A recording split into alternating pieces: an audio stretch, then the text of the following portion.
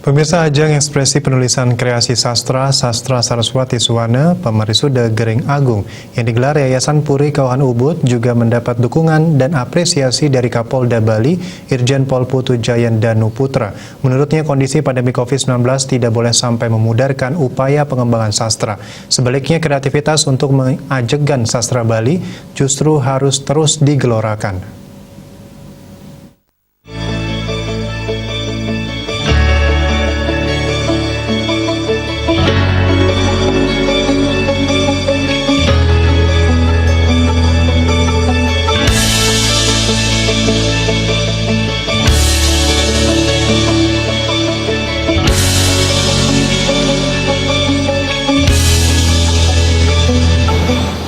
Om Swastiastu, Rahajeng, lan Rahayu.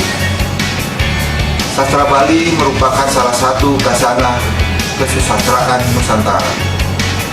Warisan adiluhung ini tentu tidak boleh pudar oleh situasi apapun.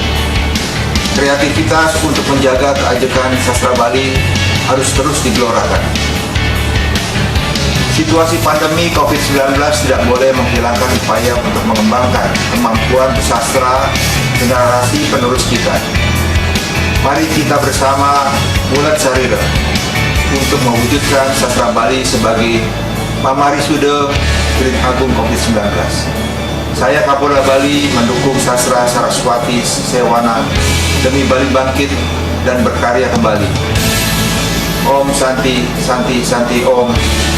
Salam sehat selalu.